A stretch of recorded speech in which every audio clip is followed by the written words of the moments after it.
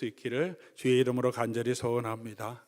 우리 오늘 함께 살펴볼 하나님 말씀은 마가복음 6장 30절에서 44절까지 말씀입니다.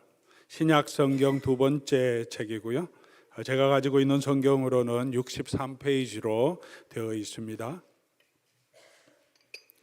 마가복음 6장 30절에서 44절까지 말씀입니다. 찾으신 줄 알고 제가 받들어 읽겠습니다. 사도들이 예수께 모여 자기들이 행한 것과 가르친 것을 낱낱이 고하니 이르시되 너희는 따로 한적한 곳에 가서 잠깐 쉬어라 하시니 이는 오고 가는 사람이 많아 음식 먹을 겨를도 없음이라. 이에 배를 타고 따로 한적한 곳에 갈새 그들이 가는 것을 보고 많은 사람이 그들인 줄 안지라. 모든 고을로부터 도보로 그곳에 달려와 그들보다 먼저 갔더라. 예수께서 나오사 큰 무리를 보시고 그 목자 없는 양 같음으로 인하여 불쌍히 여기사 이에 여러 가지로 가르치시더라. 때가 저물어 가매 제자들이 예수께 나와 여짜오되 이곳은 빈들이요 날도 저물어 가니 무리를 보내어 두루 총과 마을로 가서 무엇을 사 먹게 하옵소서.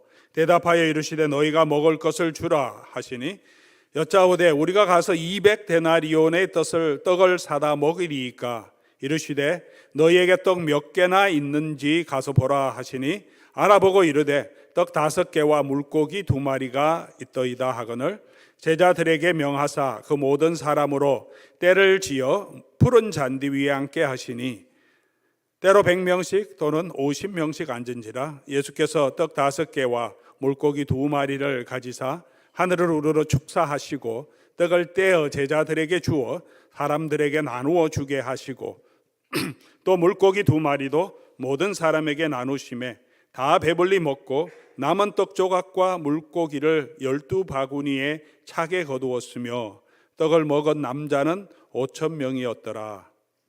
아멘. 오늘 본문은 우리가 너무나 잘 아는 말씀이죠. 한자어로 오병이어의 기적이다 이렇게 표현합니다. 떡 5개, 물고기 2마리라는 뜻입니다.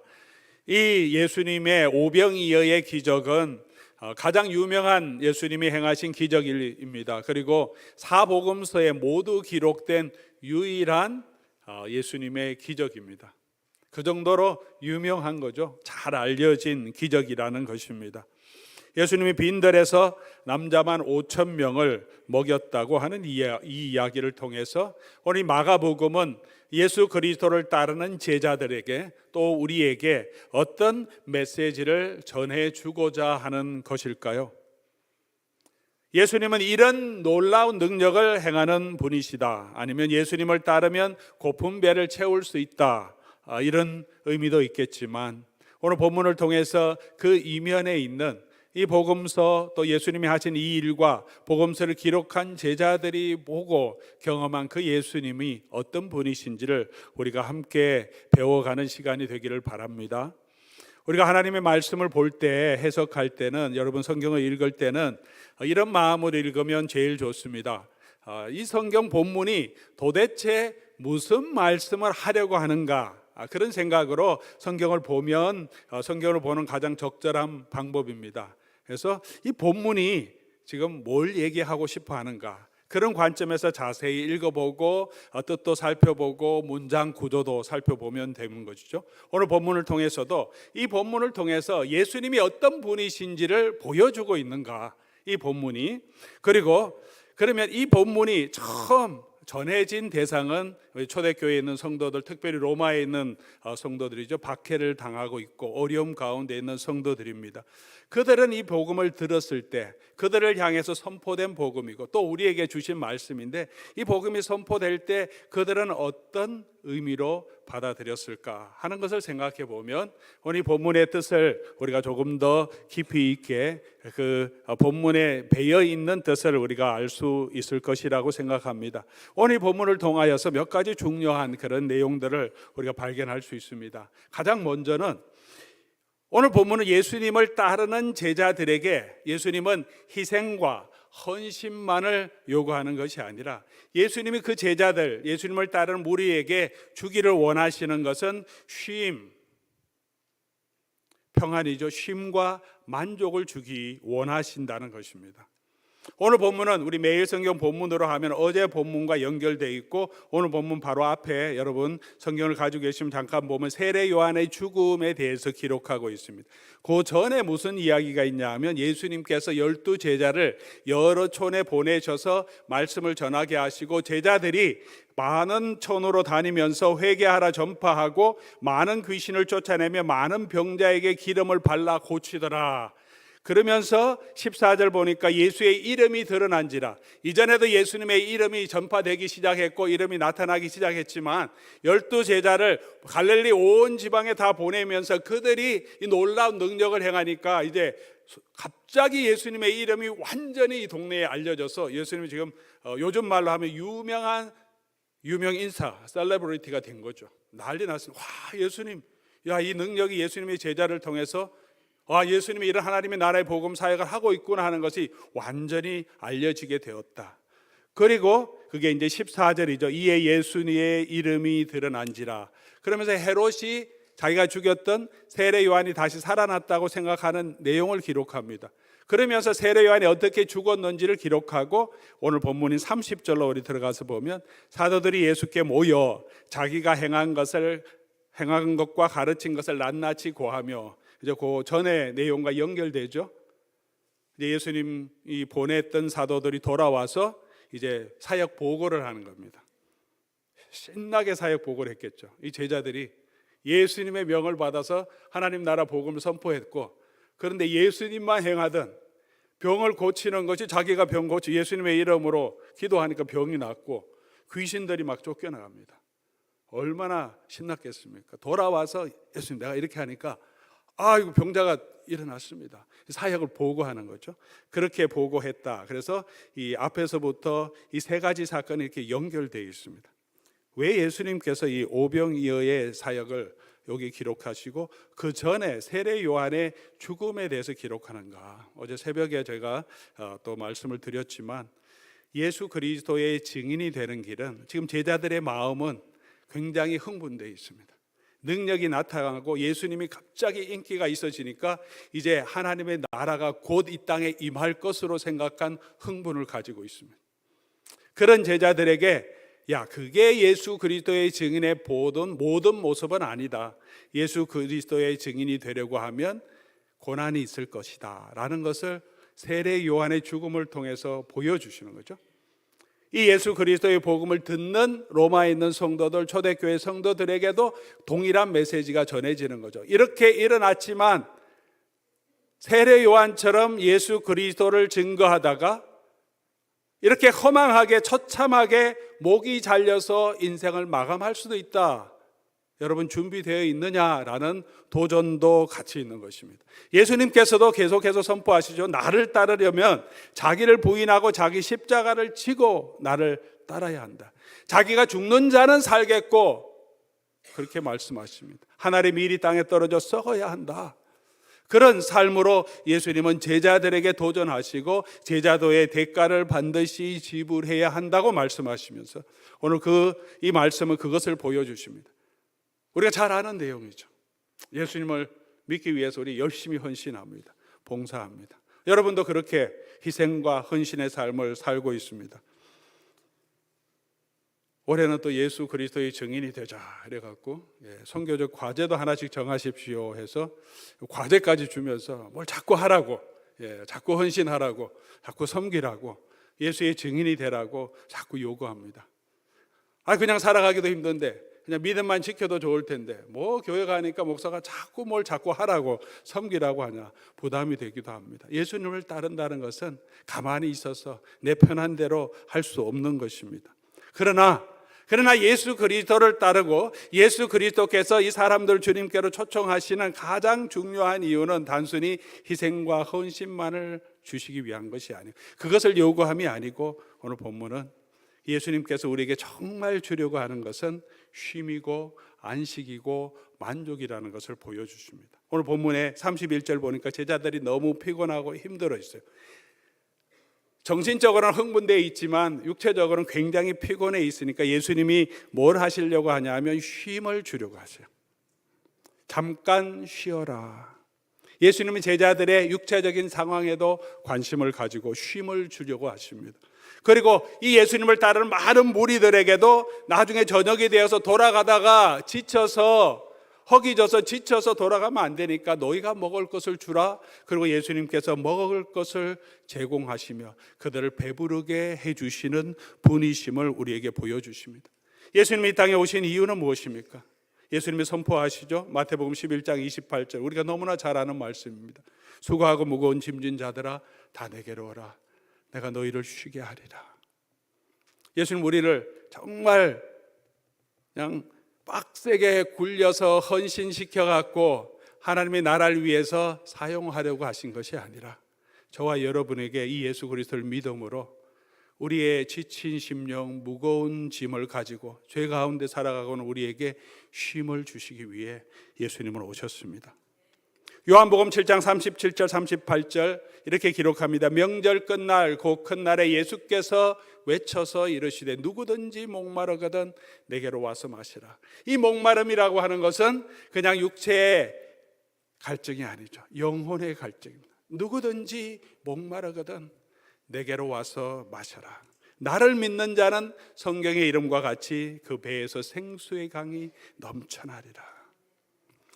예수님은 그런 하나님의 나라, 우리가 마지막으로 들어가서 누릴 그 영원한 하나님의 나라를 계시록 21장 1절 2절에 이렇게 표현합니다. 또 그가 수정같이 맑은 생명수의 강을 내게 보이니, 이 새 예루살렘의 모습입니다. 하나님과 어린 양의 보좌로부터 이 생명샘이 나오고 길 가운데로 흐르던데 강 좌우편에 생명나무가 있고 12가지 열매가 달마다 맺는다. 그만큼 풍성한 축복이 있다는 거죠. 풍성함이 있고 생명수의 강이 있는, 그리고 그 잎사귀들은 망국을 치료하는 그런 능력이 있다. 이 하나님의 나라에는 그런 축복, 그런 쉼, 그런 풍요, 그런 즐거움, 그런 치유함이 있다는 것입니다. 우리 육체의 질병을 가지고 있을 때 얼마나 힘드십니까? 우리 어르신들 또 관절염, 류마티스, 또 디스크, 우리 걸을 때마다 또 손을 움직일 때마다 아픈 분도 계십니다. 하나님의 나라에는 그런 모든 육체의 연약함을 치유하시는 치유함이 있다고 말합니다. 암과 같은 질병으로 고생하는 분들이 얼마나 많습니까? 가족들이 그런 질병을 가지고 투병하는 모습 보면서 안타깝게 기도하고 또 기도 부탁하시는 많은 성도님들 계십니다. 그런 모든 육체의 질병에서 자유함을 얻게 되고 우리의 영혼의 만족을 얻게 됩니다. 이곳은 계시록 7장에는 이렇게 표현합니다. 그러므로 그들이 하나님의 보좌 앞에 있고, 예수 그리스도 안에 있는 흰옷 입은 성도들이죠. 하나님의 보좌 앞에 있고 그 성전에서 밤낮 하나님을 섬기며 보좌에 앉은 신이가 그들 위에 장막을 치시리니 그들이 다시는 줄이지도 아니하고 목마르지도 아니하고. 예수님 말씀하셨죠. 내가 너희 속에서 계속해서 배에서 솟아나는 생명수가 되리라. 다시 목마르지도 아니하고 뜨거운 기운이 너희를 상하거나 해나 아무 상해도 없고 보좌 가운데 계신 어린 양이 그들의 목자가 되사 생명수 샘으로 인도하시고 하나님께서 그들의 눈에서 눈물을 닦아 주실 것이라. 다른 것도 많이 좋지만 이 마지막 구절이 정말 이 땅에서 살아가고 있는 인생에게 가장 큰 위로가 되는 말씀이 아닌가 생각합니다. 저에게는 가장 마음에 와닿는 내용이죠. 눈에서 눈물을 씻어주신다. 이 눈물은 기쁨의 눈물은 아니죠. 인생을 살아가면서 우리 죄의 소욕 때문에, 육체의 연약함 때문에, 삶의 고난 가운데서 우리가 눈물 흘릴 때가 얼마나 많습니까? 태어날 때도 울면서 태어나는데 마지막 우리가 숨을 거둘 때도 더 눈물로 우리가 마감하는데, 그 모든 삶의 고난의 눈물을 씻어주시고 우리를 받아주시는 것, 예수님은 그런 은혜, 그런 축복을 우리에게 주시기 위해서 오셨습니다. 예수님의 이 빈들의 잔치는 그 앞에 있는 헤롯의 생일 잔치상과도 비교합니다. 헤롯의 잔치상에는 귀인들이, 좋은 옷을 입은 귀인들이 다 있습니다. 그곳에서는 막 각종 진미가 있고 아름다운 포도주가 있습니다. 향락이 있었습니다. 즐거움이 있었습니다. 그러나 그 내면을 살펴보니까 자기 허풍이 있고 자기 자랑이 있고 자기 과시가 있고 서로 힘의 갈등이 있고 정략이 있고 모략이 있고 전부 다 자기 유익을 위해서 움직이는 그런 갈등 가운데 있고요. 그것 때문에 결국은 이 기쁨의 잔치가 어떻게 됩니까? 사람의 목이 잘려서 쟁반에 들어와서 던져지는 피비린내 나는 그런 잔치상으로 바뀌어져 버립니다. 그런데 예수님께서 베풀어 주시는 이 빈들의 잔치는 어떻습니까? 아무것도 없습니다. 빈들입니다. 가진 것은 보리떡 5개, 물고기 2마리밖에 없어요. 그곳에 모인 사람들은 얻어가면서 일할 때도 없는 그냥 일용 노동자들이었겠죠. 누더기 같은 옷을 입고 그냥 모여든 수많은 사람들, 아무것도 가진 없는 사회 밑바닥에 있는 사람들이었습니다. 그들이 예수님과 함께 있을 때 보리떡 5개, 물고기 2마리지만 그들은 모두 만족하게 되었습니다. 위로를 얻었습니다. 힘을 얻었습니다. 슬픔이 변하여 배고픔이 변하여 기쁨과 만족이 세워지는 그런 은혜의 자리가 되었습니다. 예수님께서 우리에게 주시려고 하시는 그 축복은 바로 이런 쉼과 만족이라는 것입니다. 사랑하는 교우 여러분, 우리 저와 여러분이 우리 주님께로 나아갈 때 주님께서는 이런 은혜와 이런 쉼과 이런 만족을 우리를 위해서 예비하고 계시고 그 축복을 주실 줄 믿습니다. 오늘도 그 예수 그리스도를 바라보며 주께로 나아가는 저와 여러분 될 수 있기를 바랍니다. 두 번째로 또 보여주는 한 모습은 이 구절 설명하는 내용을 통해서 보면 예수님이 목자 없는 양 같은 무리들에게 선한 목자이심을 이 본문이 우리에게 아주 구체적으로 보여줍니다. 이렇게 기록한 내용은 지금 예수님이 말씀하신 것은 아닙니다. 이 예수님을 본 사람이 지금 예수님이 하셨던 일을 지금 설명하고 있죠. 예수님이 무리를 보시고 불쌍히 여기셨다 하고 하는 것은 그것을 본 베드로가 구술한 내용을 마가가 기록했다면 베드로가 그때 본 내용이죠. 그때 예수님의 모습을 보니까 베드로의 기억에는 예수님이 사람들 보는데 정말 목자 이런 양 같음을 보고 불쌍히 여기시는 그 눈빛, 그 마음을 베드로가 예수님과 한참 같이 있었으니까 알잖아요. 그전에도 혈루증 앓은 여자를 보실 때, 또 야이로를 보실 때 그 예수님의 눈빛, 마음을 아니까 이때도 딱 예수님 모습 보니까 이 목자 없는 양 같음을 보고 지금 제자들하고 어떻게 하고 있습니까? 쉬러 가려고요. 좀 조용히 있고 싶은데 이 사람들이 막 달려오는데 귀찮은 사람들 그러면서 도망가려고 하는 게 아니고 그들을 바라보시는데 불쌍히 여기신다. 뭔가 지도자가 필요해서 마음이 허전해서 영적으로 갈급해서 예수님이 메시아인가 보다 하고 이렇게 달려오는 이 사람들을 바라보면서 긍휼히 여기시는 마음, 목자 없는 양같이 여기시고 예수님이 그런 목자로 그 가운데 서 계심을 베드로가 보았고 그것을 우리에게 증언해 주고 있습니다. 여기서 불쌍히 여겼다고 하는 이 단어 스플라크니조마이라고 하는 헬라어 단어를 쓰는데 이 단어 신약 성경에서 사용할 때는 주어가 있잖아요. 영어에도 항상 주어가 있는데 이 단어의 주어는 항상 예수님입니다. 예수님이 보시고 불쌍히 여기셨다. 여인을 보시고 불쌍히 여기시고 문둥병자를 보시고 불쌍히 여기시고 예수님이 항상 주어로 사용됩니다. 예수님의 마음을 표현하는 단어입니다. 예수님의 성품을 보여주는 아주 중요한 단어라는 것이죠. 불쌍히 여기시고. 사랑하는 교우 여러분, 저와 여러분에게 인생의 멘토가 있습니까? 리더가 있습니까? 목자가 있습니까? 여러분 힘들고 어려울 때 의지하고 싶은, 언제나 달려가서 붙들고 상의하고 물어볼 수 있는 그런 멘토와 인생의 지도자가 있습니까? 있으면 얼마나 좋겠습니까? 얼마나 큰 위로가 되겠습니까? 이 세상에 그런 사람이 없더라도 저와 여러분은 행복한 사람인 이유는 우리에게는 우리의 영원한 목자 되신 선한 목자 되신 예수님 가지고 있습니다. 세상에 멘토십, 코칭 이런 거 해갖고 인생 상담자 찾아서 사람들이 얼마나 갈급합니까? 유튜브에도 그런 영상 뜨면 조회수가 제일 많습니다. 갈급하다는 거죠, 사람들이. 자기 인생이 어떻게 살아야 될지 조언을 원한다는 거죠. 사랑하는 교우 여러분, 우리에게는 우리를 사랑하시고 긍휼히 바라보시는 예수 그리스도, 우리의 목자 되신 예수님이 있습니다. 그 예수님을 바라보고 그 예수님께 나아가서 듣고 배울 수 있습니다. 그 예수님께로 나아가는 저와 여러분 될 수 있기를 바랍니다. 이들에게 예수님이 어떻게 하시냐 하면 34절 보니까 여러 가지 말씀으로 가르치시더라. 여러 가지 말씀으로 예수님께서 먼저 육신의 양식을 채우기 전에 그들의 영적인 양식을 부어주십니다.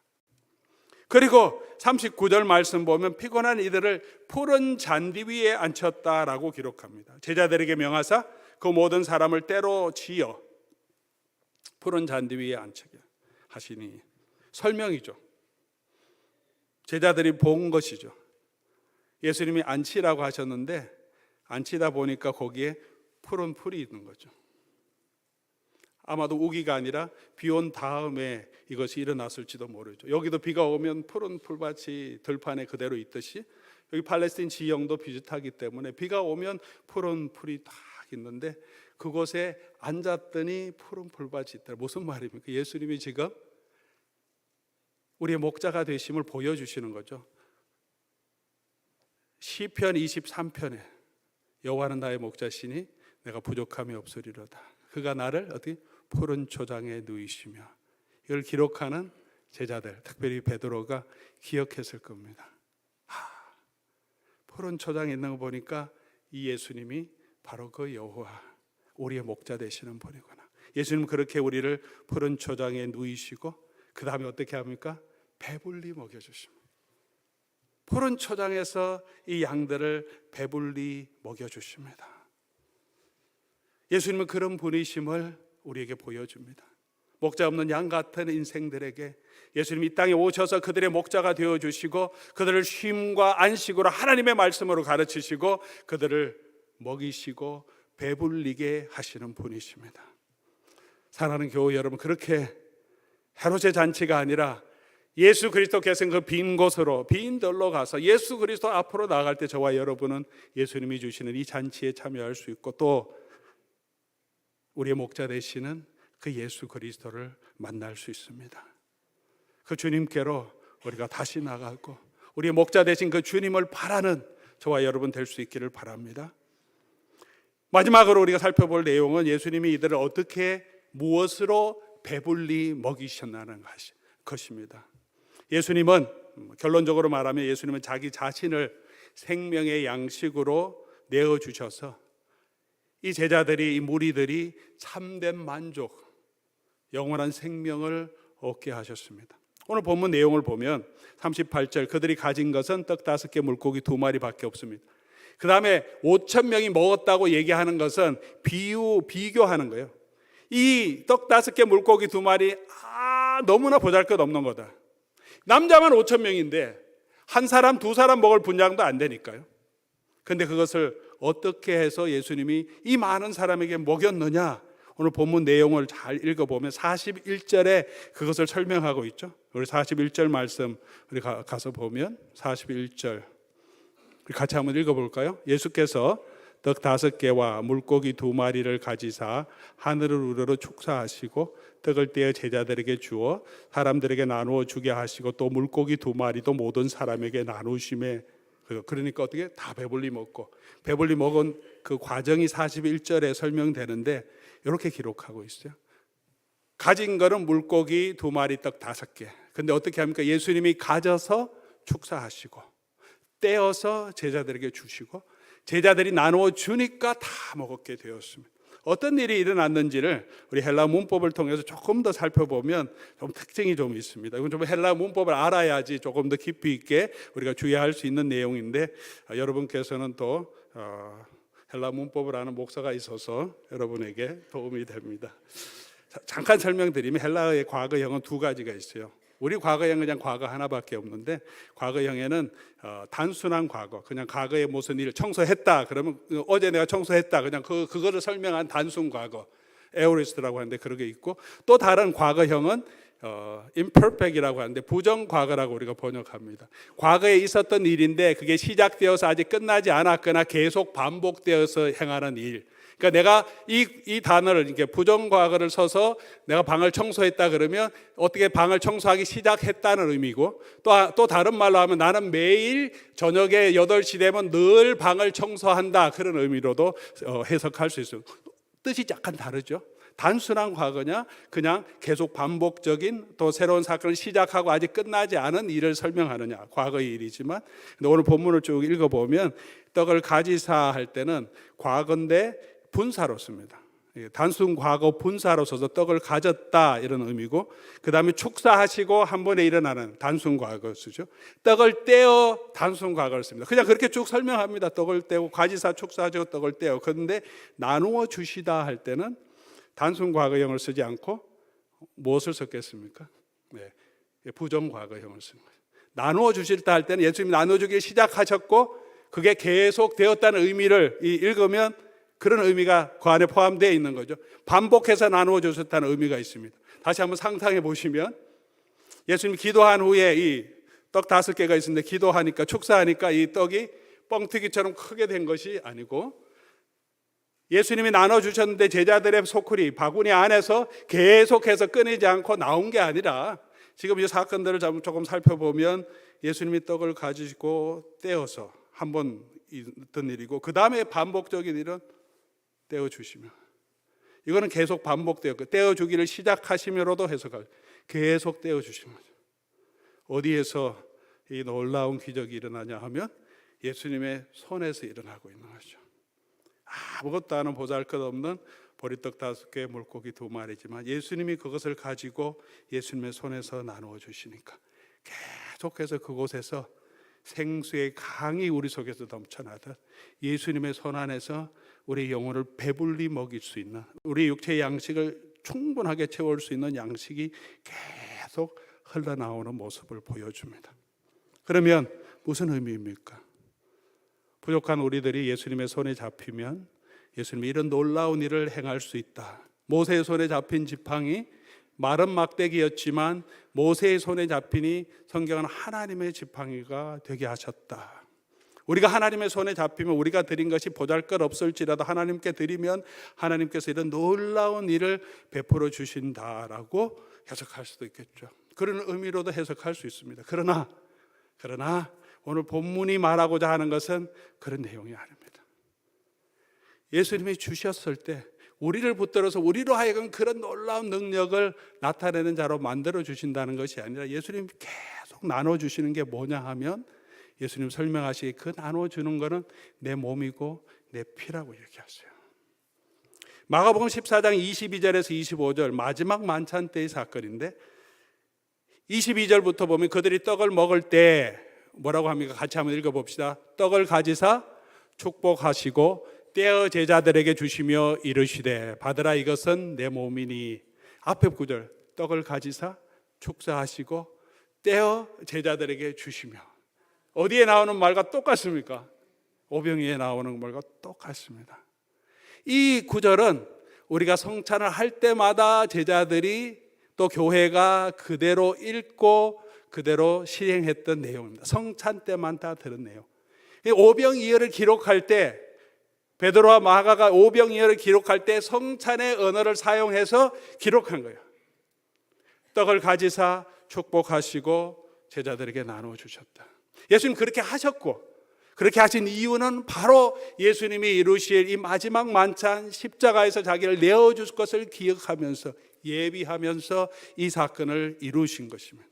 그렇게 해석하는 또 구체적인 할 수 있는 이유는 요한복음이 아주 분명하게 이것을 설명합니다. 이 사건이 있은 후에 사람들이 엄청나게 흥분돼서 예수님을 왕으로 삼겠다고 하는 사람들이 막 생깁니다. 근데 예수님 도망가시죠. 요한복음 보면. 그러면서 예수님이 하신 이 일에 대해서 설명을 하셔요. 너는 육신의 양식 먹고 이 땅에서 하나님이 주시는 이 양식으로 통해서 이 땅에서 풍요를 누리기를 원하는데, 내가 주려고 하는 건 하늘에서 나오는 생명의 떡이고 그 떡은 나다. 그리고 나를 너희에게 주어서 너희로 하여금 영원한 생명을 얻게 하겠다. 이런 얘기를 계속 풀어가시니까 사람들이 이해를 못해요. 어렵다 그러면서 많은 사람이 떠납니다. 무슨 말씀입니까? 요한복음 6장 35절 예수님이 나누어 주신 것은 우리를 부요하게 하시고 우리를 만족하게 하시는 것은 단순히 이 땅에 있는 보리떡이 아니라 내 자신이다. 6장 35절 나는 생명의 떡이니, 49절 내가 곧 생명의 떡이니, 54절 내 살을 먹고 내 피를 마시는 자는 영생을 가지고 마지막 날에 다시 살리리라. 55절 내 살과 피는 참된 양식이다. 56절 예수를 먹고 마실 때 그가 내 안에 내가 그 안에 있는 연합으로 참여하고, 58절 보니까 영원히 살겠다고 하십니다. 예수님이 이 일을 하신 이유는 단순히 떡을 주어서 우리 복품 배만 채우는 것이 아니라 앞으로 예수 그리스도의 십자가를 통해서 당신의 몸과 피를 우리를 위한 생명의 양식으로 주셔서 우리로 하여금 이 하나님의 나라, 아까 우리 계시록에 본 것처럼 그 축복을 우리에 주시기 위해서 내 몸을, 내 피를 너희를 위하여서 아낌없이 내어주겠다라고 하십니다. 이 잔치에 참여하기 위해서는 우리가 그 잔을 받아 마셔야 합니다.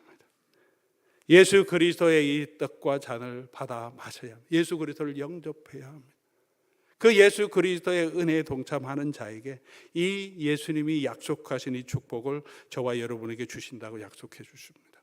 우리 성찬에 참여할 때마다 기억해야 할 것은 저와 여러분 이 땅에서 조금 더 건강하게 살아가는 그런 존재가 아니라 그것을 넘어서서 영원한 부활을 주시고 생명을 주시고 이 땅에서 무거운 짐 다 내려놓고 우리로 하여금 영원한 안식, 우리의 눈물을 닦아주실 그 영원한 나라를 소망하며 우리가 그 예수 그리스도와 연합되었음을 이 떡과 잔을 마시면서 기억하게 하소서.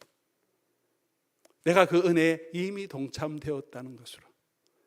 사랑하는 교우 여러분, 누가 이 복에 참여할 수 있습니까? 예수님을 따르는 제자들이죠.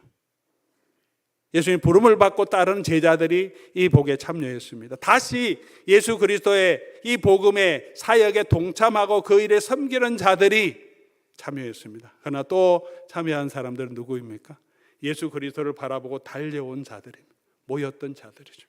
예수 그리스도만 바라보고 달려서 예수님께 왔던 사람, 그 왔던 사람 중에서도 마지막 이 저녁 만찬에 참여할 수 있었던 사람은 끝까지 남아 있었던 사람이겠죠. 중간에 아이고 힘들다 집에 가겠다 그렇게 간 사람은 아니고 끝까지 예수님 발 앞에 남아서 예수님이 가르치는 그 말씀을 듣는 사람들, 그 사람들은 이 빈들에서 베풀어 주신 이 하나님의 나라의 잔치에 참여하며 예수님이 주시는 것으로 배부르게 되었습니다. 사랑하는 교우 여러분, 저와 여러분들도 우리 주의 부르심에 부름 받아서 따라오고 헌신하는 사람들이라면 우리에게도 약속하신 이 하나님 나라의 축복입니다. 주를 위해 섬기는 여러분 한 사람 한 사람의 섬김 비교할 수 없을 정도 100배, 60배, 30배 축복으로 하나님은 저와 여러분에게 갚아주실 것입니다.